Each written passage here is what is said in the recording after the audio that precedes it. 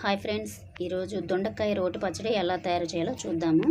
ఇవి దొండకాయలు పచ్చిమిర్చి ఫ్రై చేసి పెట్టాను. ఇవి ఇప్పుడు ఇది చిన్న రోట్లో వేసి ఇవి పచ్చిమిర్చి దొండకాయలు రోట్లో వేసి దంచేసుకోవాలి ఫ్రెండ్స్.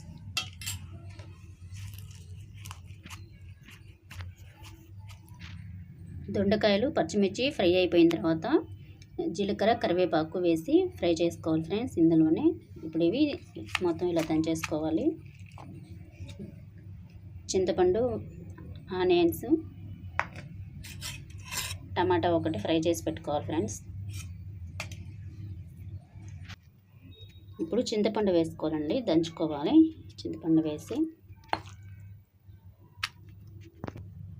చింతపండు మొత్తం నలిగిపోయిందండి, దంచేసాం కదా. ఇప్పుడు మనం వేయించుకున్న టమాటా అండి, ఇది కూడా వేసి దంచేసుకోవాలి.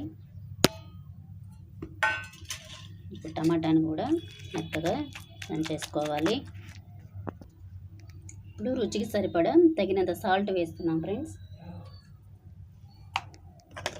ఇప్పుడు ఆనియన్ కట్ చేసి పెట్టాం కదా, అది కూడా వేసుకుంటున్నాం. ఆనియన్ మెత్తగా కాకుండా కొంచెం కచ్చాపచ్చగా దంచుకోవాలి.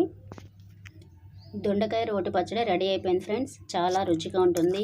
వేడి అన్నంలో నెయ్యి వేసుకొని తింటే చాలా అద్భుతంగా ఉంటుంది ఫ్రెండ్స్. ఈ వీడియో మీకు నచ్చితే లైక్ చేయండి, షేర్ చేయండి, సబ్స్క్రైబ్ చేసుకోండి ఫ్రెండ్స్. Thank you friends.